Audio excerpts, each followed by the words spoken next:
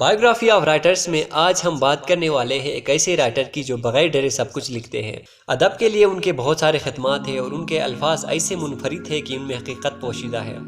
کچھ باتیں ان کی تلخ بھی ہیں اور کچھ مزاحیہ باتیں بھی ہیں۔ یعنی آج ہم بات کرنے والے ہیں تلاش کے مصنف ممتاز مفتی کی۔ کتاب تلاش پہ میں نے سمری پیش کی ہے جو ڈسکرپشن میں لنک دیا گیا ہے، اگر آپ اس کو دیکھنا چاہتے ہیں تو لنک کو فالو کرتے ہوئے دیکھ سکتے ہیں۔ رائٹر ممتاز مفتی بٹالہ میں 1905 میں پیدا ہوئے۔ انہیں عموماً لوگ ادبی تنقید نگار اور بہترین مصنف مانتے ہیں۔ بچپن میں آپ کو گھر کا ماحول بالکل پسند نہیں تھا۔ والد نے جب دوسری شادی کی تو آپ گھر چھوڑ کے چلے گئے۔ والد کو 90 سال ہوئے تاہم ممتاز مفتی پھر بھی گھر واپس نہیں آئے۔ بہت غصے والے تھے لیکن کافی شرمیلے بھی تھے۔ 1935 میں ملازمت مل گئی اور ٹیچر مقرر ہوئے۔ جب کسی نے مزاح کرتے ہوئے کہا، یار مفتی آپ کے والد نے سفارش کی ہوگی تبھی آپ کو نوکری ملی ہے، ممتاز مفتی کو غصہ آیا اور نوکری ہی چھوڑ دی۔ یوں لگتا ہے گویا آپ باغی ہو۔ ان کے عزیز فرزند اکسی کے مطابق آپ کو معاشرے کے خلاف کھلی بغاوت تھی، لیکن اچانک سب کچھ بدل گیا۔ 1950 کے لگ بھگ ان میں تبدیلی آ گئی۔ وہ تصوف اور روحانیت کی جانب گامزن ہوئے۔ اس راہ میں اس کا ہمسفر قدرت اللہ شہاب تھے۔ یہی اس کی زندگی کا انقلابی دور تھا۔ لبیک اور الک نگری جیسی کتابیں اسی دور میں لکھی۔ اشفاق احمد جیسے دوستوں کی صحبت اسی دور میں ملی۔ ریڈیو پاکستان میں اسکرپٹ رائٹر بھی کام کرتے رہے۔ یہ سنہرا دور تھا۔ شاید مفتی اس دور میں بہت خوش ہوئے ہوں گے، علم و تجسس میں مست ہوئے ہوں گے۔ پھر یکدم تبدیلی آئی۔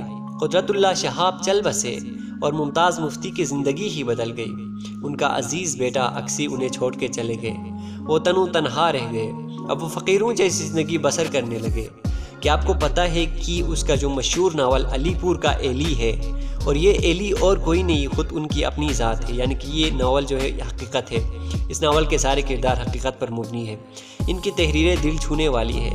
گڑیا گھر، ہند یاترا، الک نگری، تلاش، علی پور کا ایلی اور بہت ساری کتابیں ہیں جو بہت مشہور ہیں۔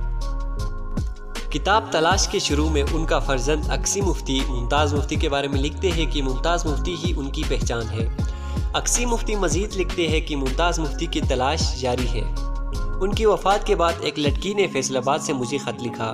لکھتی ہے، ممتاز مفتی کبھی مر نہیں سکتے۔ آج بھی وہ اپنی تحریروں کے اندر زندہ ہے، اپنے جذبے کی پوری سچائی کے ساتھ، اپنی خوبصورت عقیدت کے ساتھ۔ ان کی تلاش بھی ان کی طرح ہی خوبصورت تھی۔ ان کو خدا ملا یا نہیں ملا یہ تو وہ جانتے ہوں گے، مگر شاید مگر میری تمنا یہ تھی کہ کاش خدا میرے پاس ہوتا تو میں انہیں دے دیتی۔ اب سے بہت سال پہلے کی بات ہے کہ جب میں گارڈن کراچی میں پروفیسر تھا، ایک روز کالج کے چند طالب علم میرے گھر آئے اور ممتاز مفتی سے کہنے لگے، اچھا تو آپ اکسی مفتی کے باپ ہیں۔ یہ سن کر میرے والد کچھ سوچ میں پڑ گئے۔ اسی شام اپنے ایک دوست سے کہنے لگے، یار آج عجیب واقعہ پیش آیا۔